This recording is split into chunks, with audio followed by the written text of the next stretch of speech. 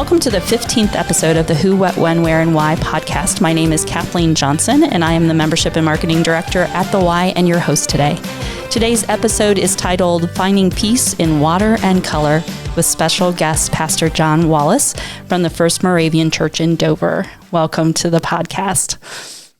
We're excited to have you here today because we're going to talk about your why story and just how you incorporate finding peace, because most people would think a pastor should be the most peaceful person I know. And I'm sure that like anyone else, you have to work on developing and finding peace in your relationship, not only with Christ, but with others, and just finding ways to accomplish that for yourself, to make you better for others, because that's obviously the mission and the journey that Christ has put you on. Here on this earth is just to help people follow their way into peace. And so I thought it was an important topic because isolation, social, emotional, mental health, everything is such a buzzword right now. And through this whole COVID crisis, it has been a difficult journey for a lot of people. And I know just I always find myself to be a fairly peaceful person. I mean, I teach yoga, so that would make sense, right? But I always say that without yoga, you probably wouldn't want to know me. So, and without my relationship with Christ, that's another reason that I stay on this kind of, road to a more peaceful person, but I work on it. Like I really have to work on it because I can get kind of jumpy and have some anxiety there.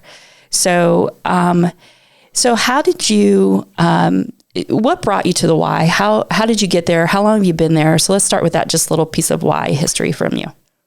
Well, when we came to the community from Minnesota, this was 12 years ago already, I just tried to find a place where I could work out and do what I like to do. And that would be, at that point, lift weights and exercise. Okay. And that was, for me, doing physical things always helps bring down the emotion, calm me down, and keep me focused on something I can accomplish.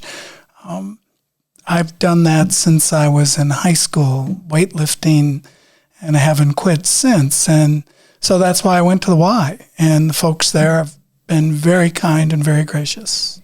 So when did water come into your physical fitness? Oh, well, water has a unique story for us, and especially for me. When I look back, I come from Lake Mills, Wisconsin, so we had a lake. Okay. The lake's still there. Okay.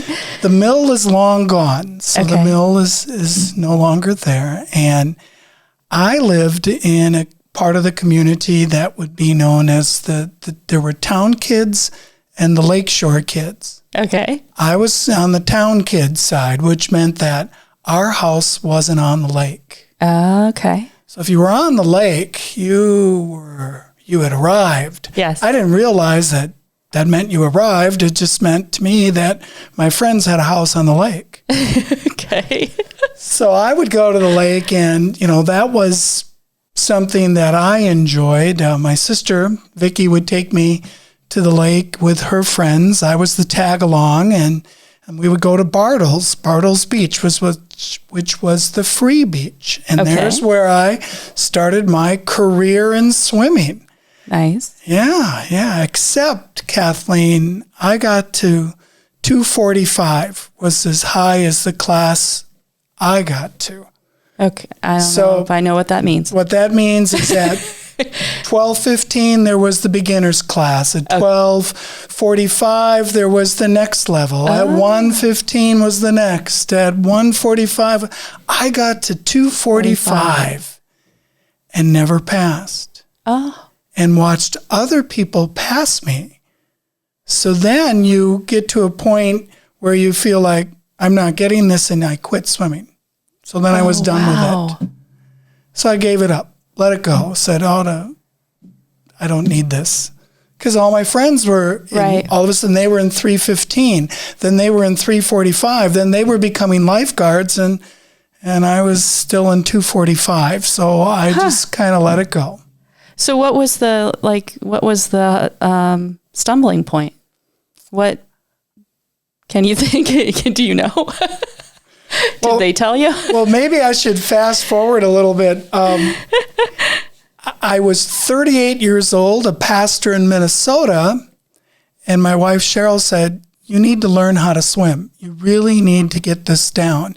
You're big enough, you're strong enough, you're smart enough. You just don't know the strokes, and you just flounder about in the water. So she set me up for private swimming lessons at 38. Oh, wow. A class of 1. And that's when I learned how to put this all together. So I went from modified doggy paddles and sort of sloshing about to here's the strokes. Here's what you need to do. And then to feel confident in the water. That's when it started. And when you're a non-swimmer, there's a panic factor. Mm-hmm. You're like, I can't touch base. And when you jump in a lake, for us, it was always like, what's underneath? Right. Is there a walleye going to take my toe off? Yes. I grew up in lake swimming, so I completely understand that. So then after that, those private lessons, back when I was 38, then it just kind of flowed, and I felt better about it. So when I came to the Y, it was a matter of just swimming. Right. Swimming away was part of what I did. I would do my little 10 laps and feel good about it and think, well, I've accomplished something. Life is good. Life is good. I know that I never took a swim lesson. We were from that family that we didn't have a Y in our area that I knew of. I grew outside of Akron. Of course, Akron Ys are available, but in the town of Manchester where I grew up, we just didn't do that. And my dad was a huge boater. He built his first boat. And so we basically learned to swim because my dad put us in the water and we learned to swim too. But I can freestyle stroke. That's about it. And luckily our neighbor had a pool. And so we swam a lot, but I wouldn't say that I know anything about swimming. Nothing. Well, I don't know much either, but just enough not to drown is what it amounts to. Interesting fact, we had Brenda Worley on here with her mom a couple of episodes prior to this one. And she never finished swim lessons either because I think her story was that the last level had to be able to do a back dive. And she found she decided that was not something that she really needed to ever know how to do. And so she refused to learn to do the back dive. And so she never finished the last, she's the coach. But it was funny because she just said, I never got that one. They never passed me on that last level. That's an amazing part of her story. Isn't that funny? No idea. Yeah. So interesting that's that little stumbling blocks for lots of people. This episode is about peace. So does it bring you peace does it feel like, because sometimes when I watch people swim, it's like, I feel like they're just in a different world. Like it's an interesting concept for me to watch because I'm a little more of the thrashing thing. But so why do you continue to do it? Does it help? Well, I think now after 2 hip replacements, one in 2014, one in 2016, and a heart attack in 2018. Oh my gosh. Everything changed. Yeah. So I remember coming to the Y and looking at Stacy and saying, okay, I've had a heart attack. I'm not the strongest of swimmers. I think I know what I'm doing. I feel better in the water, but just keep an eye on me, will you? And the lifeguards there are fantastic. And they just looked after me and they continue to look after me. So yeah. I'm very touched and pleased by that. When I get in the water, for me, everything surrounds you. The water surrounds you, and there's this spiritual journey that one has to know that God is holding you. Yeah. That God cares for you, that God embraces you, that God loves you, that God can keep you afloat, but at the same time, like Finding Nemo, you gotta just keep swimming. Right. You know, you can't decide halfway down the lake or in the pool, well, I'm going to stop now, because you sink like a rock. Right. You're just... Oh, that's a very good point. Yeah, if you stop. That is a really, really good point. So when I was kind of, preparing for this, there was a couple of quotes that I was looking at when I just typed in, when you Google quotes about peace. And I'm going to read a few of them, because they were, to me, they just didn't, they were somewhat true, but they weren't what I was looking for. And one of them was, to find peace, sometimes you have to be willing to lose communication with people, places, and things that create the noise in your life. And sometimes I'm like, wow, that puts you in a dangerous place when you completely disconnect from everyone.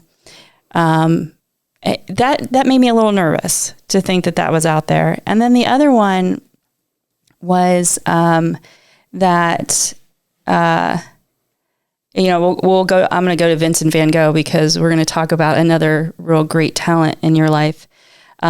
That there is peace even in the storm. And so that one I was a little better with, because very close to really just feeling yourself wrapped in the grace and the goodness of our Heavenly Father. That really does help me kind of understand that even in the storm, you got to keep moving. Like, you got to keep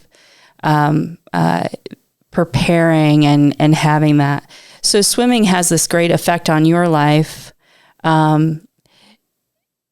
Would you recommend it for other people? Certainly, I would. I've learned a lot in the last number of years by swimming, and continuing to make that as part of my workout. Because nowadays, I don't run. Right. I can't. Yeah. I don't play basketball like I used to. I can't. I could, but I'm going to wreck my hips. And we don't want to redo that all over again. They tried to have me play basketball the other day. I worked on Saturday, and there was only 3 of them. They were like, hey, you come in here, we could play a game. I was like, yeah, I think you guys are all taller than me. I think I'm moving on down. But so camping and water starts to combine in your story. So tell me a little bit about that. Well, for me, I got the camping bug when I was younger. Now, I didn't come from a family of campers. The Wallace clan, that's something we didn't do. Okay. No.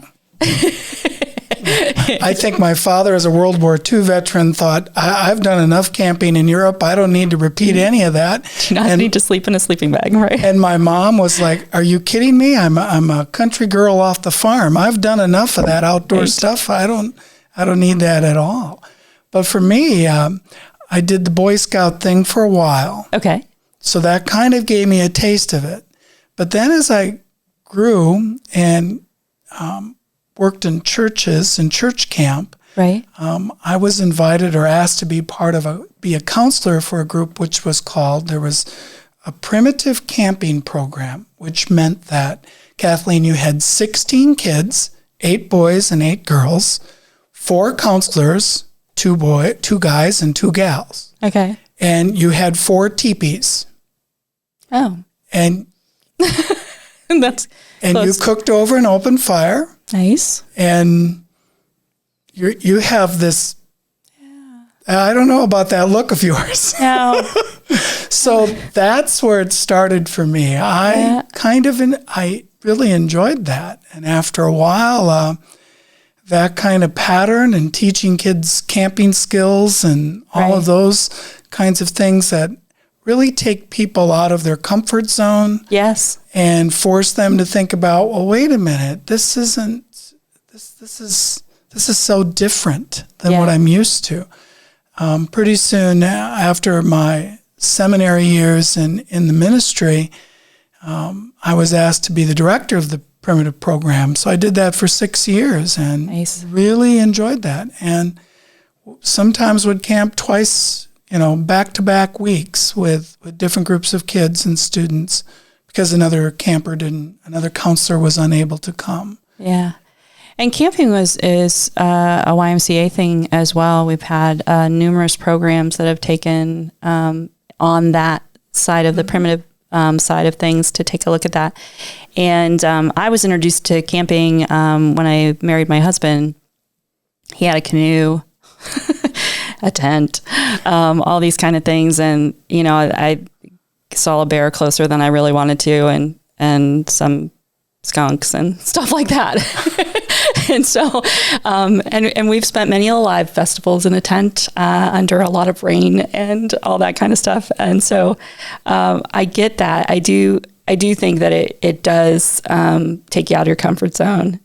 But I love how all those threads have come in to your ministry and have made impacts all the way down. So you really feel like those wilderness moments are going to shape people's lives. And so tell me more. I invest time in those things and the programs that we do at church and over my ministry. A friend of mine, Bill, who's a pastor in Maryland. When I was serving in Minnesota, Kathleen, he invited me to go with him to the Boundary Waters in northern Minnesota. And that is a backwoods, out-of-the-way place where, there's no cell phone reception. You are cut and left, and you canoe out into these beautiful lakes, find such peace and serenity and beauty. And then there's this calmness. And what is neat about those experiences, those wilderness experiences like that, for me has always been, we would work through an outfitter. And many times it was the same outfitter over and over again.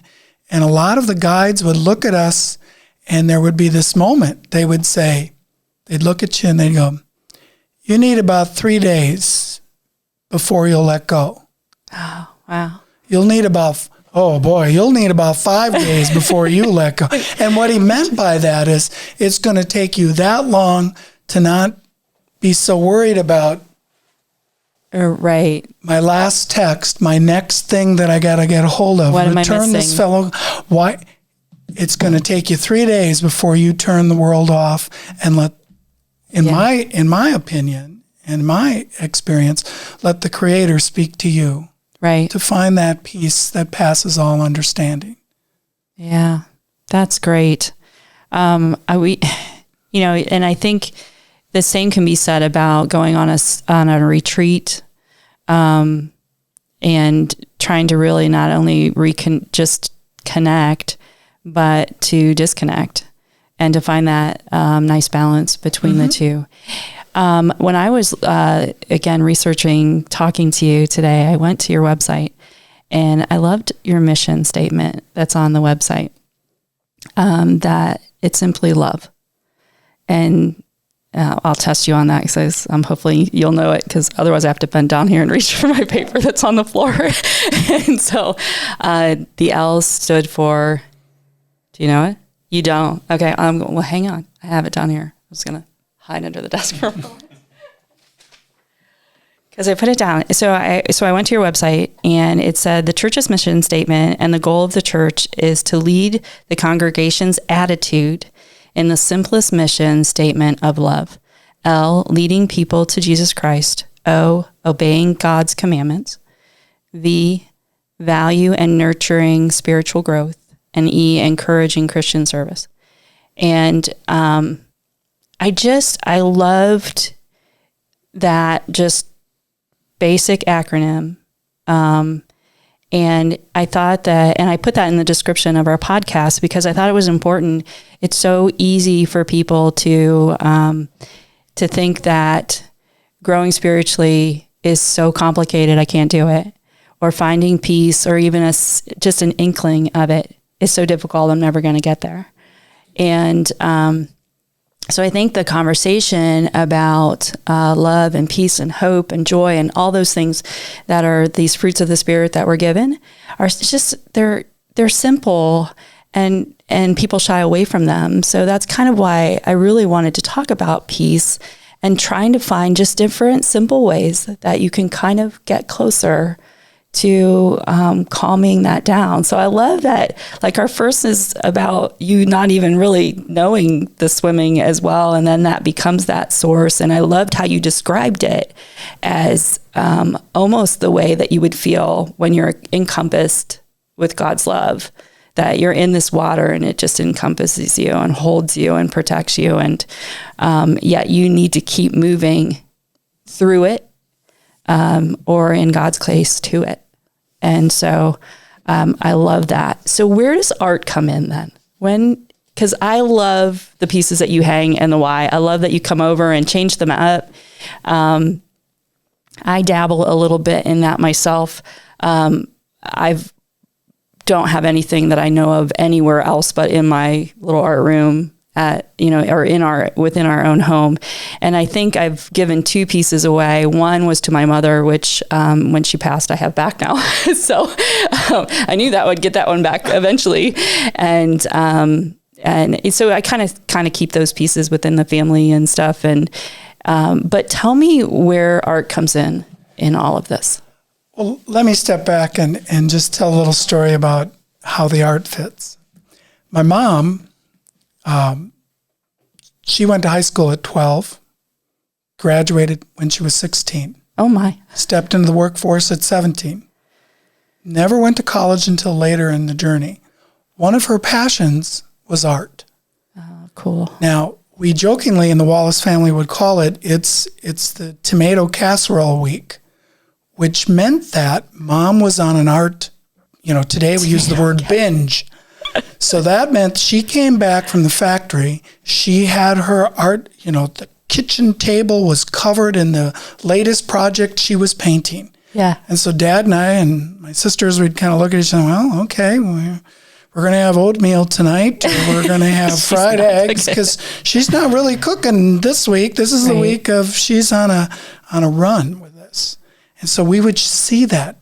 And then she'd suddenly, she'd be drawing and painting up a storm. And then all of a sudden, Kathleen's just like, okay, I'm done. And she, like, you just turn it off, boom. And then a few weeks would pass, a couple of months maybe, and all of a sudden, inspiration. And she'd fire it up again. And we'd all look at each other and go, oh, here we go again. That's awesome. Tomato surprise week here, and that'll be fun. My sister, I have 2 sisters, Nancy, who loves language. That's her strength. And my other sister, Vicky, who is an artist. Now, she's a juried artist. She is good on the canvas. Okay. She is well respected. She uses art as a alcohol and drug counselor. Oh, wow. She has used art in the school districts. She has used art from Alaska to Montana to Wisconsin to where she lives now in New Mexico. She finds a way that where a student is having problems communicating and understanding, she finds those art projects that bring them out of their shell or get them connected. So it's such a voice for people. It really can be. So I come from a family where art was not poo-pooed. Yeah. It was celebrated. There was a time, even when I was younger, mom paid for private art lessons where other people were learning how to shoot basketballs and run faster and jump higher. I was learning how to draw horses. I don't draw horses much anymore. At the time, it was a big thing, I guess. That's awesome. So you dabble in a lot of different mediums. What's your favorite? I tend to keep going back to oils. Really? Yes. I've worked in oils like twice and was like, oh, here's why I tend to come back to oils. Oils teach you patience and peace. Yeah. And if you make a mistake, you can just simply wipe it off and start again. That's a good point. Acrylics are not that forgiving, and watercolor, they just laugh at you. Yes. It's like once it's on the paper, it's not coming off. Right. My sister tried to get me into watercolors, and I ended up with making most of my paintings into postcards that I would send out to people as a TLC because I was, I got to salvage this somehow. So I'd cut out sections that looked appropriate. Okay, we'll mount this on a card and send it to somebody. Yeah, so note the title of this was not watercolor. It was water and color, because I knew that watercolors were not your thing. And they're difficult. They are definitely difficult. I prefer acrylics over either of the other two resources. I don't have the patience for oils. It takes a while for them to dry. So you have to kind of multitask on a couple of different paintings maybe at the same time. And for me, to conclude that part of my background, Kathleen, I went to the University of Wisconsin at Platteville, one of the smaller campuses in the bigger system. I had a social studies comprehensive major, and I could have minored in art. My go-to to calm me and keep me, between economics classes and math classes and this, to be a social studies teacher, I have that background, but not the teaching degree. Okay. Is I would take art classes. Nice. So I could have been a minor in art. I would have just taken a couple more courses and I would have had that. So I had that as that kind of kept me in it. And in high school, I was in it, and it just carried on, and it's carried through into my ministries. Right. How does that connect into becoming a pastor? Like, how do you use all those things that you've learned, not only from swimming and art, but how do you connect all of that to what you do on a daily basis? On a daily basis, I'm not sure if I do that if you well. do connect it. That's okay. But overall, I think for me,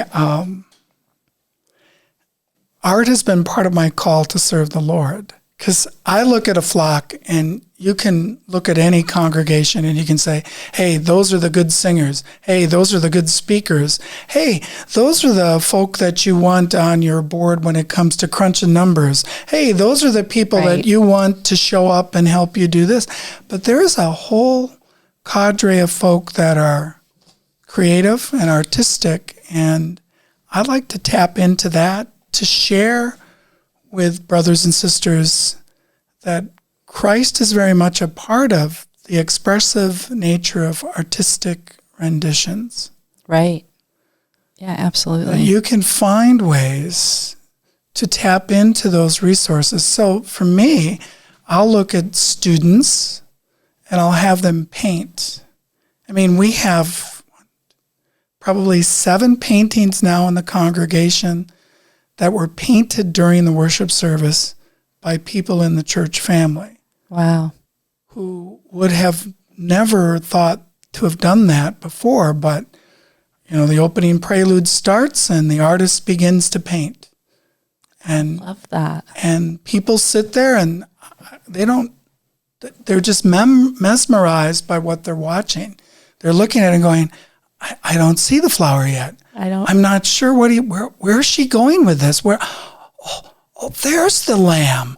Oh my, and those kinds of things. Yeah. So we have lots of other paintings that I had students and adults commission, for lack of a better phrase, to give to God as a gift to the church family. I mean, we have one whole hallway that is full of, it looks like its own little art gallery. And you walk down it, and it's like each artist is recognized for the work and the purpose of the piece, and why it was created and what it represents. It really is just creativity and gifts that we've been given. If they're not shared, if you're not connecting that with other people, I'm telling this to myself, I think, it really is just doing a disservice to what God has given you and the talents that you have been given. I can remember Shelley Beitzel. She owns a dance studio down here in downtown Dover. Her husband, I believe his name's Jeff, is an artist as well. And I can remember her telling me one day that they were the ballerinas were going to dance to a recital, and he was going to paint in the background. And it was a Mother's Day thing. And it was just a huge, huge canvas. And he was just going to let whatever came from the music, from the dance, come out onto that piece of canvas. And I love creativity in that way, because I really do think it helps us connect, not only to others, but to just a higher power that is just calling us to be closer and to seek, and to be able to find that type of peace. Do you have any, scriptures that just really come to mind to you that bring this sense, kind of wrap this all kind of together? I know that you brought a couple with, I think it's up here. Oh, look at you. You've got them there too. Okay. But yeah, there was a couple. For me, here's one from Isaiah that has always taken this water theme and put it to a different peaceful sense. Yeah. This is from Isaiah 43, verse number 2. When you pass through the waters, I will be with you. And when you pass through the rivers, they will not sweep over you. And when you walk through the fire, you will not be burned. The flames will not set you ablaze. Now, the fire part is a little strong, but I get the metaphor. But to me, the idea of the river and the water is very comforting. God is going to be there. God is going to be there. That purification, that sense of travel, that sense of support, always just there.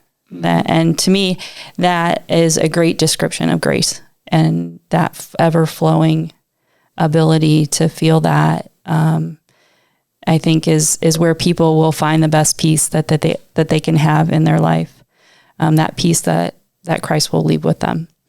I know in Bible studies that I'm in, or even small groups that I've been connected with, it always seems to be just a struggle for some people to really find that in their life. And so I appreciate conversations like this, that something as simple as learning to swim or creating that flow or that practice in your life of painting, of really taking these gifts that you've been given, these opportunities that you've been given, can really open doors in a way that will bring you closer to the peace that you're actually seeking, which to me is just super important. Before we close on a couple of other just fun facts, do you have anything else that you'd like to add? Anything that you think that we missed, maybe because we had a lot of papers running around? I just want to, first of all, thank you for this opportunity to speak. Yeah, I'm so glad you took it. Share a little bit of story. And I also want to do a little shout out to the Y staff, to Stacy and to Brian, and Daylene and to Omar and to Gary and Sally and others at the desk, and yourself as well. Thank you. For all the ways in which you have looked after me and looked out for me and been very accommodating to our story here when we have come to the community. It's a very positive place to serve and be a part of. I would have never known that you've not been here all your life. I mean, the way that you become part of this community, it's pretty impressive. Like, I would have just thought you grew up here. So no, I'm a cheesehead. I learned something today about you that I didn't realize, that you were not specifically from this this area. So you're talking to two people that were not born here, but do love this community very much. Do you have some things coming up for your church? We'll probably air this in September of some time, but you guys always have something on that board. I love to drive by and see. Obviously, you've had some great conversations with Hunter Armstrong. We talked about in our past podcast about Hunter. But do you have some special events coming up this school year? Here would be a good example for us for Labor Day. We're having our service up on Dice Hill. Oh, nice. And this is our picnic. So you're welcome to come and participate. And Great. In that particular one, we're having an artist again. So cool. The theme is Labors of Love. Okay. And the artist will begin. Tim Seidel is the artist. Okay. He is going to start his canvas right along with Josh Compton's coming, bringing music. Nice. Have some quiet singing and then being out and about.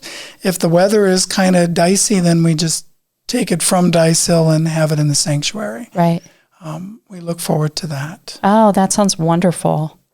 I think outside services are they really do kind of bring you back. I mean, I love church services because I especially love stained glass windows. I love to look at that. I want to see what the artist, like, is every piece of glass. Like, I look at everything when it comes to stained glass windows.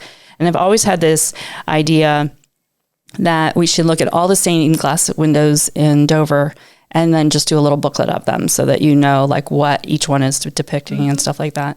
Nobody's taking me up on that idea yet, but you never know. Somebody might listen to this podcast and look at that. Well, I mean, with just that in mind, Kathleen, if you think about it, the stained glass was there not to be pretty. It was there to tell a story. Right. It was there originally to tell a story for those who could not read. Well, and it does. I love it. So art has been part of the Christian experience from the get-go. Yeah. Yeah, so cool. And water, obviously. Some interesting facts. Do you happen to know, hopefully you didn't look at my paper, do you happen to know what the most peaceful country is listed at? There's actually a list. And then I'll ask you where you think the United States actually ranks. But what do you think is the number one most peaceful country? I have no idea. No? You're not even going to try? Okay, Sweden. Sweden. That's funny. That's what my husband said. No. It's Iceland. Surrounded by water. Yes. It says that Icelanders can sleep well at night. They live in the most peaceful country in the world. No news is good news when it comes to the tranquility of Iceland. It is the 14th year in a row that they've been rated number one. They don't have a standing Army, Navy, or Air Force. And they have low crime rates. It was just kind of an interesting thing for me. I'm like, Iceland. Do you know that one of those things that you know about Iceland is they named it Iceland so no one would go there. So, and then Greenland is actually what Iceland probably should actually look like. But so where do you think the United States comes in? There are 163 on this list. Where do you think we fall? 75. No, 122. Ouch. Yeah. So we need to do better at being more peaceful country. I like it. Some of the things I also found for 10 things mentally strong people give up to gain a more peaceful life are obviously engaging with toxic people. And as Christians, we know that we have to do that. Like, we have to connect. And so we use that. I feel like we use that spiritual shield to help protect ourselves, but also need to reach out into the community regardless of. But toxic people can definitely take you down. Excessive self-blame, chasing happiness instead of just, trying to be mentally strong for other people. So there was a whole list of different things that people stayed away from. And I think one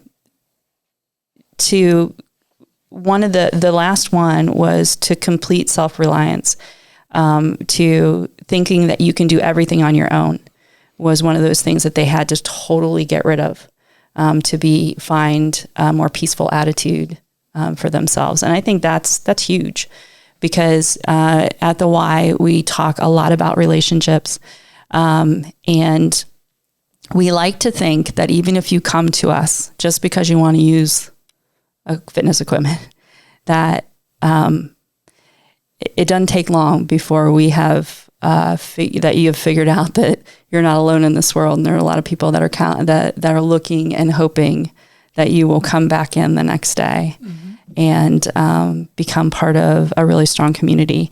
I think your church has done some great things. Believe me, I love your church sign. I love seeing all the stuff that you guys are doing.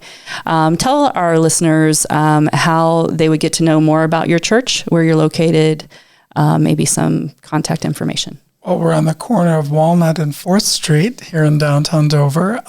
You can go to our website, which is doverfirstmoravianchurch.org, and you can cruise your way through there and peruse and see all the things that, opportunities that we do have. Yeah. And then times of your services?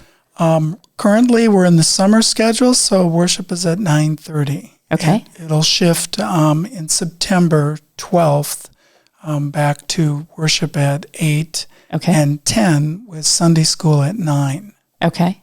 And you can just walk in, right? Mm-hmm. You don't have to call ahead or anything like that. No, not at all. You can come. Do people arrive early at your church? And not so much so. Not as much? They kind of come within the last 10 minutes, it seems. Yeah. I don't know if that's standard around here, but it kind of seems that way. Yeah, we were talking to Pastor Jason from CCO Church that meets at the Y, and he used to just tell people that church started at 10:15, so that we would arrive early, and now it just starts at 10:15 because But it was always funny because he'd always just come ahead of time, socialize, get to know people. We want to get to know you too. So just a great community here. And do you have anything else that you can think of that you would like to add? I would like to add this final piece, I think, to kind of put the ribbon around everything. Kathleen, Thank you for your time and the opportunity. But for me, if you look at the scriptures and you once again return to what Jesus would do in the midst of when it got so hectic, when the decisions, when it seemed like the river was overwhelming him, or the choices and decisions from his disciples or what he was trying to accomplish as the Son of God, he would always strike out and go to a quiet place, away from the crowd, away from the connections, and be with his Lord. And I think that's something we can all learn and abide by, right? That it's okay to take that 25-minute walk just for yourself and just your thoughts with Christ. Where am I going? How can you help? And that's not wasted time. Yeah. That's valid time. Yeah. I tell my yoga class a lot of times that self-care is not selfish. Mm-hmm. And they need to remember that taking time for yourself is not a selfish act in any way, shape, or form. All right. Well, thank you for welcome. Coming. Well, that ends our 14th podcast here at the Who, What, When, Where, and Why podcast. If you take a moment to check out our website at tuscymca.org or follow us on any of the social media platforms, Facebook, Twitter, Instagram, YouTube. We are on all of those. And if you've missed other episodes of the Wise podcast, you can go to our website as well and just click on the podcast, or maybe even read some of our blogs that we put together from these podcasts. The Y is a nonprofit organization focused on youth development, healthy living, and social responsibility. Financial assistance is always available for you to connect with the Y, so don't hesitate to ask, and stop by the Y soon so that we can bring you into our YMCA family, and maybe you can see Pastor John when he comes in to swim and take part in some other things. We do have a free community event coming up in September, so get on our website. You can see some other special events that will be with us, as well as our golf outing and our turkey trot that will be in November. So we hope to see you finding peace soon in your daily practices. If we can at all help you, please give us a call at 330-364-5511. Thanks for listening.